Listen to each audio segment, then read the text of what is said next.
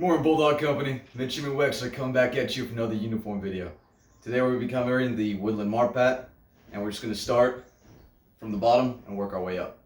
We're going to start down here. We're going to teach you how to speed lace your boots and how to blouse the boot. Then for the belt, we're going to be doing the same thing as we did for the khakis. 3 to 4 inches of material right around that first belt loop. Then I'm going to go over quickly how to roll sleeves, and then we're going to go into how to make your cover look nice and sharp.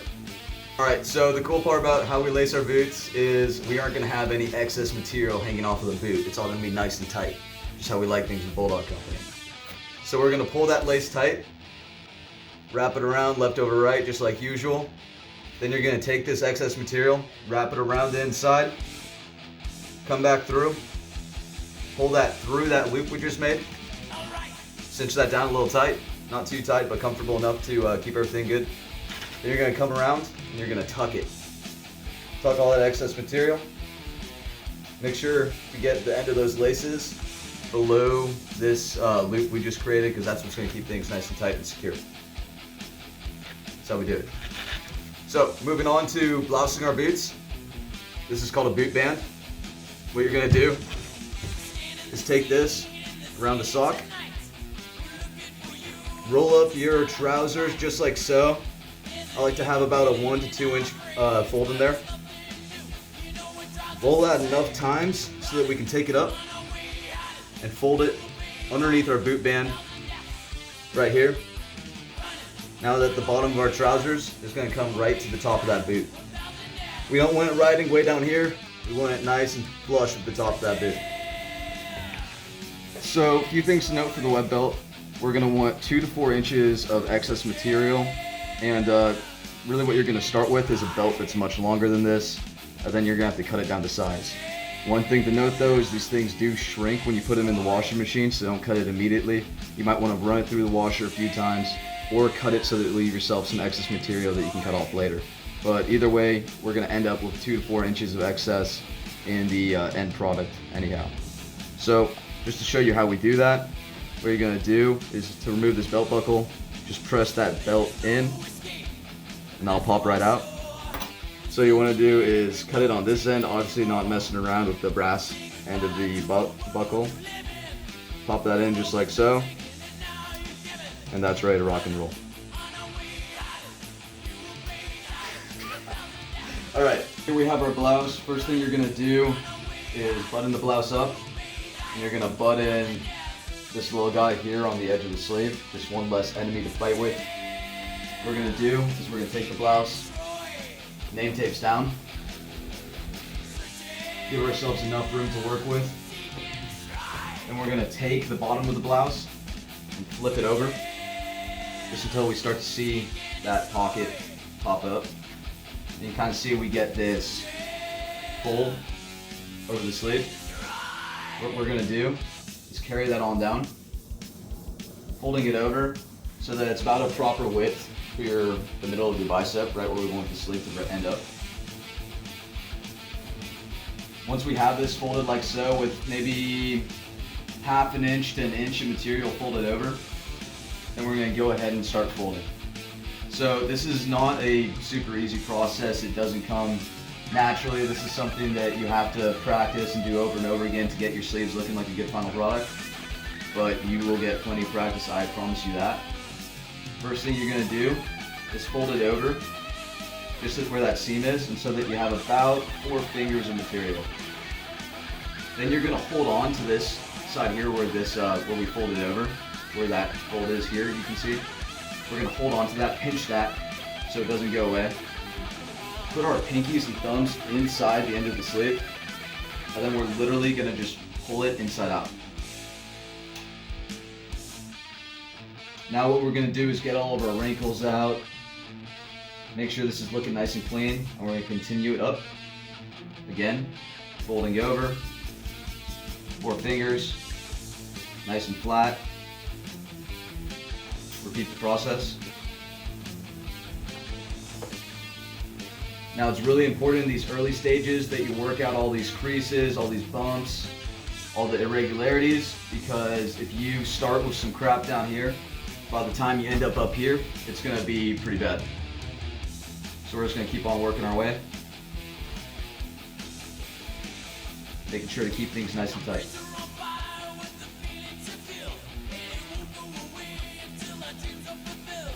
One optional step if you're extra motivated, you can go ahead and take your hot rock, hit these sleeves a little bit.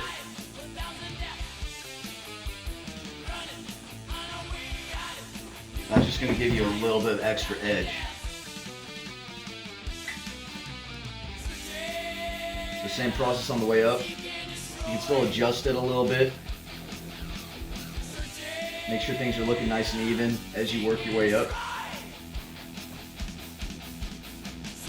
But then you're going to know you're getting towards the stopping point right about when you start to hit the top of this sleeve. So you could potentially stop right here, but I would go one more fold so that our sleeve is just over the top of this pocket. So just going to make sure this looks nice and tight. This is our last one we're going to be doing.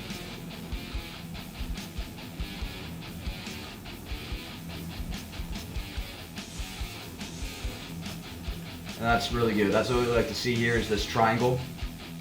That's the mark of a good sleeve. When you see that triangle, you know you're doing something right. And then bonus points, you can hit that iron if you're extra motivated.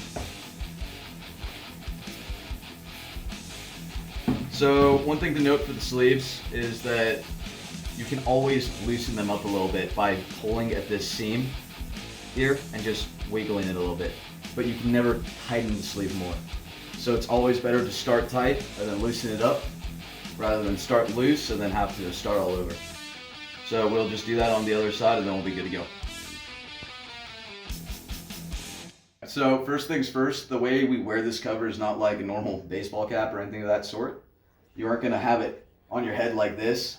You're going to actually have it sitting gently on top of your head. As you can see, the bottom of that cover is parallel to the deck.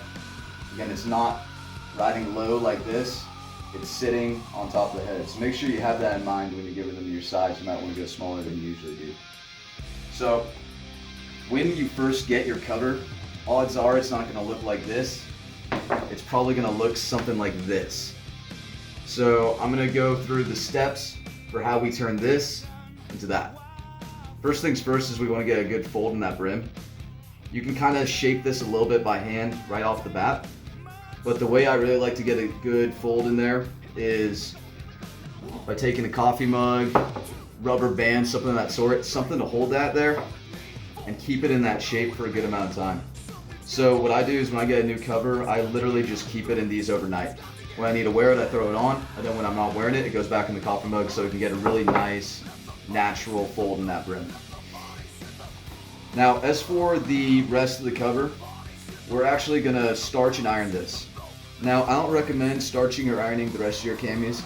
As long as you take them out of the dryer as soon as they're done, you don't let them get crumpled up, they should be fine. But the cover is one of those things where it's nice to have it, you know, a little bit nicer than the other areas. Like, you know, because this really stands out. We want it to look nice and sharp.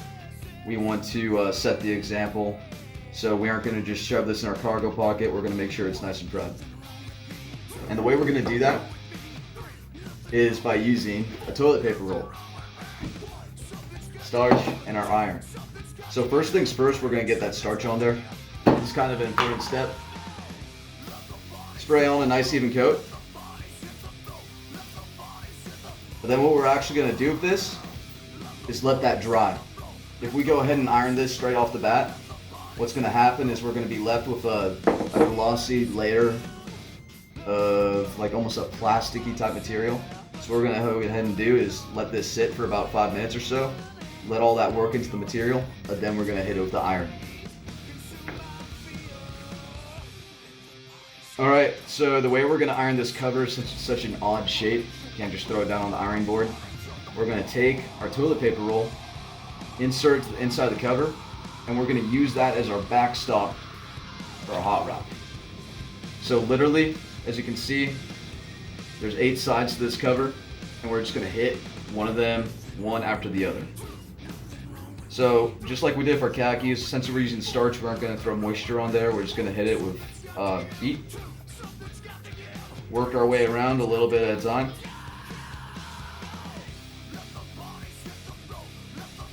Just touching each of these sides pretty briefly to heat up that starch.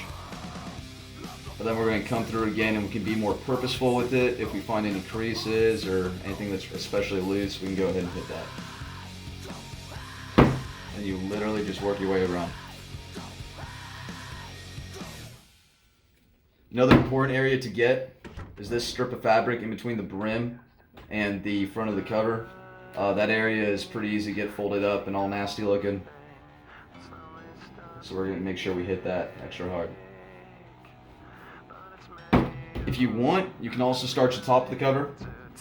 Not quite as important because obviously it's the sides of it that holds it up on top of your head. So those are the important parts. You can kind of see we already are doing a lot better than what we had at the starting product. All you're going to need to do is throw this in a coffee mug and get that nice fold in that brim, and you'll be pretty much looking good to go. Alright, so now that we hit our main wickets, I just want to go over a couple little things to note for the camouflage. So when you get this issued to you, there's going to be a lot of dangling strings, not only on the cover but on your trousers and on your blouse. These are called IPs. And we're going to make sure we get all of those off our uniform. The easiest way to do that is just by taking your lighter, and those little strands of fabric will pretty much burn right off. You can also come at it with nail clippers if you don't have this, or little scissors that one would use for sewing. Anything of that sort is going to take care of those, but this is really an important thing to do with the entire uniform. Common spots to find your IPs on the blouse, right around the collar area, here with the pockets and the name tapes. They'll be dangling all around here, off of the buttons, really anywhere where there's a seam and there's sewing, there's going to be IPs hanging off that. So you're going to make sure you're going through this really nice and thorough because we aren't going to find any of them on your uniform when you show up.